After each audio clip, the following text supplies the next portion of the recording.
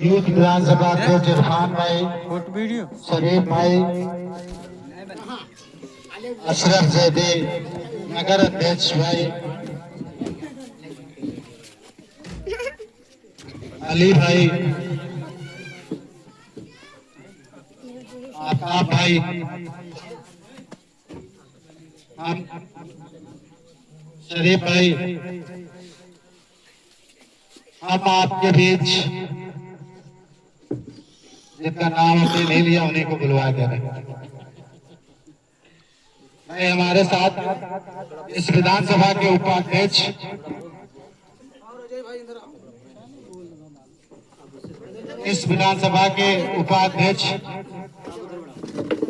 अजय श्रीवास्तव जी बहुत मेहनत और लगन से काम कर रहे हैं और हम चाहेंगे कि वो हम लोगों के बीच अपनी बात को रखें। भाई अजय श्रीवास्तव जी, बहुत बहुत धन्यवाद। अनिल भाई नजदीक से हल्का सा एक चलो चलो चलो।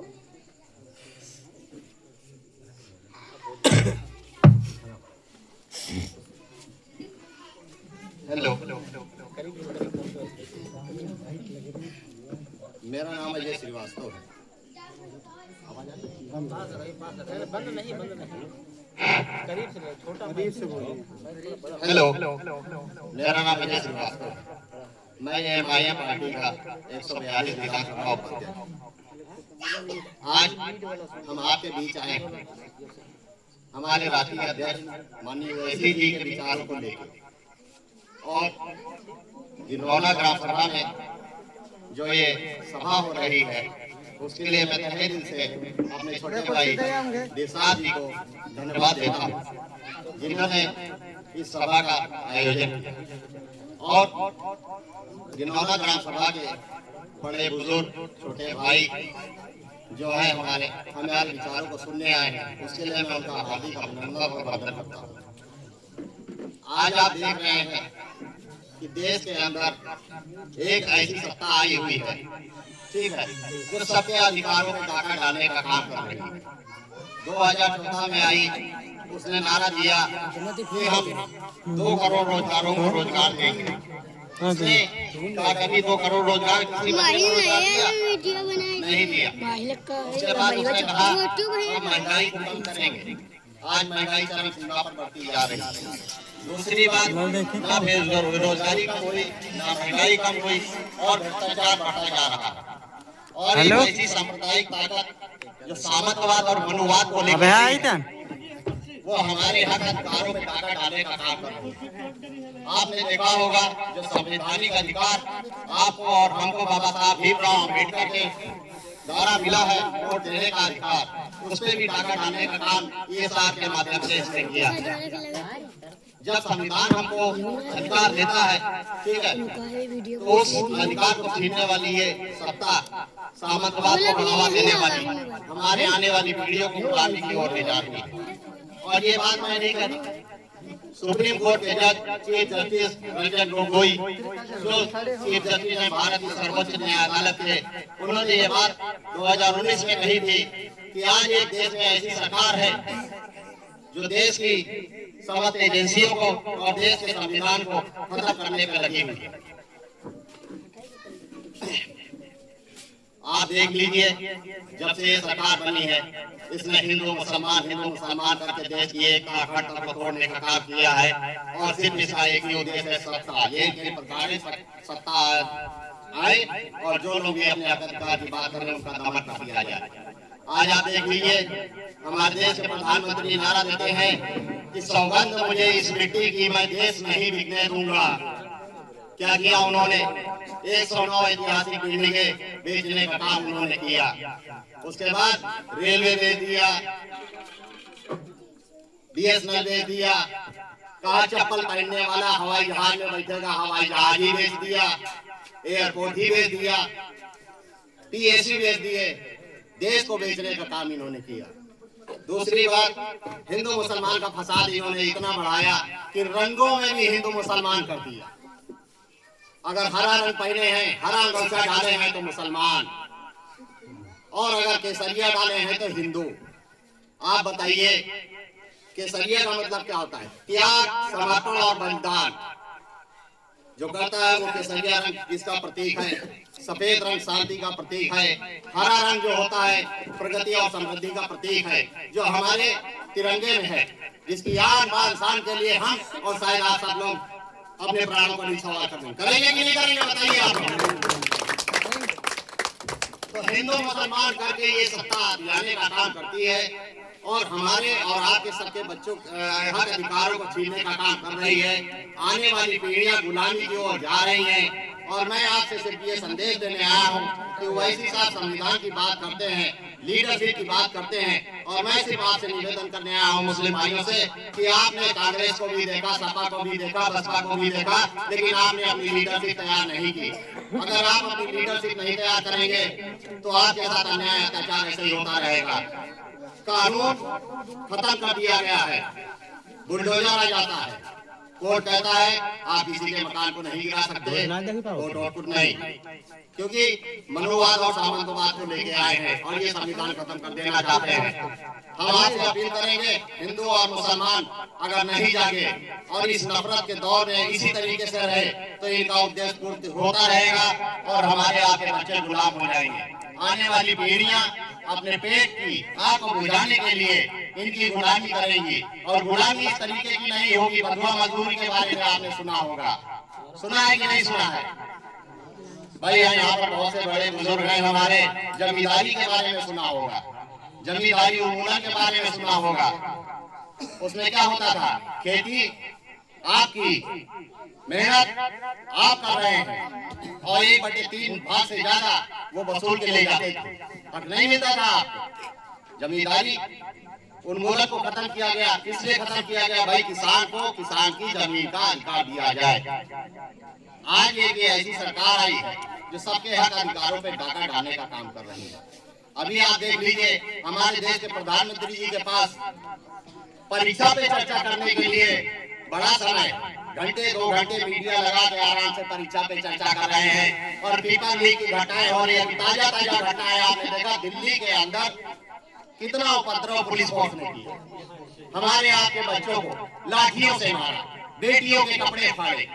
यही न्याय है? वो क्या कह रहे थे कि जो अपने पेपर लीक कराए हैं, 152 पेपर लीक हुए हैं, और जो शिक्षा मंत्री पेपर नहीं करा सकता, बच्चों के भविष्य के साथ खिलवाड़ कर रहा है, उसका इस्तीफा मांग रहे थे, वो हक अधिकार मांग रहे थे, लेकिन उनका दमन करने का काम भारतीय जनता पार्टी ने किया। 2 करोड़ रोजगार देने का वादा किया।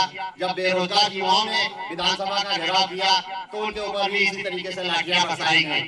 शिक्षकों ने जब पेंशन बहाली का लिए आंदोलन किया तो बड़े बुजुर्ग जो शिक्षक थे कि हाँ भाई हमारे बुढ़ापे की रीढ़ की हड्डी जो पेंशन बहाली का काम, अगर पेंशन हो जाएगी तो हमारे जीवन सफल हो जाएगा। उनको क्या मिला? लाठियां मिली। हमारे देश की महिलाएं, ठीक है, जब अपना मानदेय बढ़ाने के लिए विधानसभा का घेराव करती है तो उनको क्या मिलता है? लाठियां मिलती है। हिंदू और मुसलमान के फसाद में ये अपनी सांप्रदायिक ताकत को बनाना चाहते हैं, देश के संविधान को खत्म करना चाहते हैं।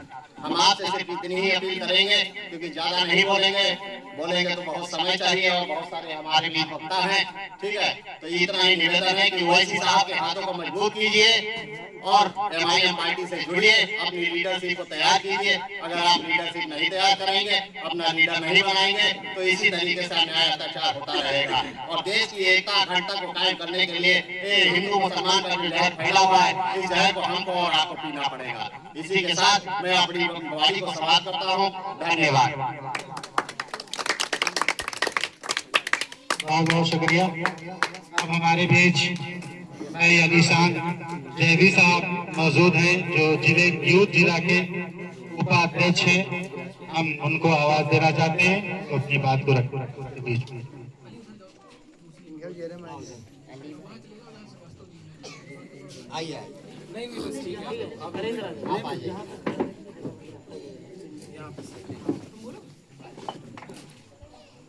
अस्सलाम वालेकुम व रहमतुल्लाहि व बरकातहू।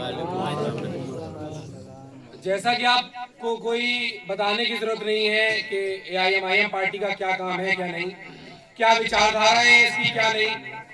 आज छोटे से मुद्दे पे बात करते हैं, बस ये पेपर लीक के मुद्दे पे, कि किस तरीके से दिल्ली सरकार ने, दिल्ली पुलिस ने किस तरीके से छात्रों को मारा, किस तरीके से हमारे और आपके बहन भाइयों को मारा, किस तरीके से उनके कपड़े फाड़े गए, किस तरीके से जब डंडा मार रहे थे तो वो मुस्कुरा रहे थे। इसका सिर्फ एक कारण है, क्योंकि आपकी क़यादत, आपकी लीडरशिप यहाँ मजबूत नहीं। ये सिर्फ और सिर्फ हिंदू मुस्लिम के नाम पे हम लोगों को लड़ाते हैं। ये सिर्फ और सिर्फ हिंदू मुस्लिम की नफरत हर एक के दिल में पैदा करते हैं। इनके अलावा अगर हिंदू मुस्लिम का किस्सा इनके यहाँ से हटा दिया जाए तो इनके पास में कोई मुद्दा नहीं रहता। क्या ये कितना डेवलपमेंट अपने यहाँ कर रहे हैं, कितनी चीजों को ये बना रहे हैं, तो इसका जवाब सिर्फ इनके पास में होता है कि हिंदू मुस्लिम, हिंदू मुस्लिम, हिंदू मुस्लिम। हमको इस चीज को खत्म करना है। एमआईएम पार्टी इस चीज पर सबसे ज्यादा ध्यान देती है कि हमको हिंदू मुस्लिम की नफरतों को खत्म करना है। हमको आज एक ये चीज लगती है कि ना हिंदू खतरे में है, ना मुसलमान खतरे में है। अगर खतरे में है तो वाकई में हिंदुस्तान खतरे में है। कौन कौन मेरी बात से सहमत है आप लोग बताइए। सब लोग अपना हाथ खड़ा करिए। जो लोग एमआईएम को सपोर्ट करता है सब लोग अपना हाथ खड़ा करिए। क्या आप लोग एमआईएम को मजबूत करेंगे? आवाज नहीं आ रही आप लोग। क्या आप लोग एमआईएम को मजबूत करेंगे? क्या आप लोग ओवैसी साहब का हाथ मजबूत करेंगे? क्या आने वाले चुनाव में आप लोग ओवैसी साहब को वोट देंगे? ये हर चीज याद रखिएगा कि आपकी क़यादत, आपकी लीडरशिप आपके हाथ में होगी।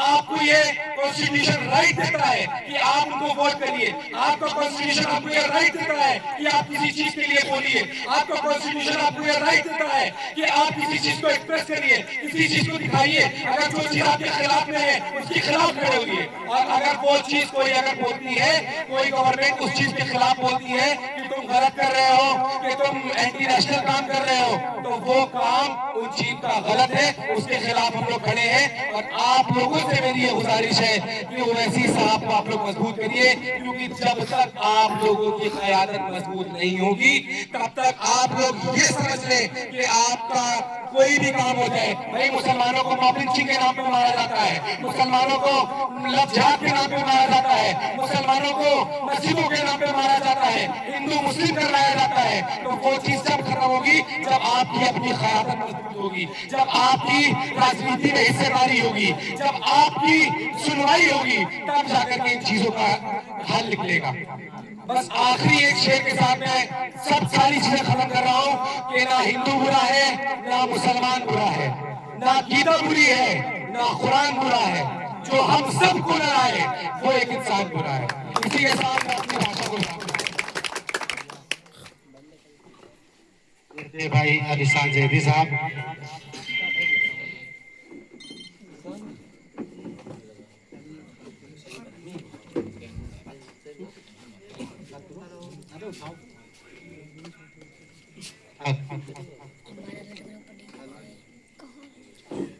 हेलो, अब हमारे बीच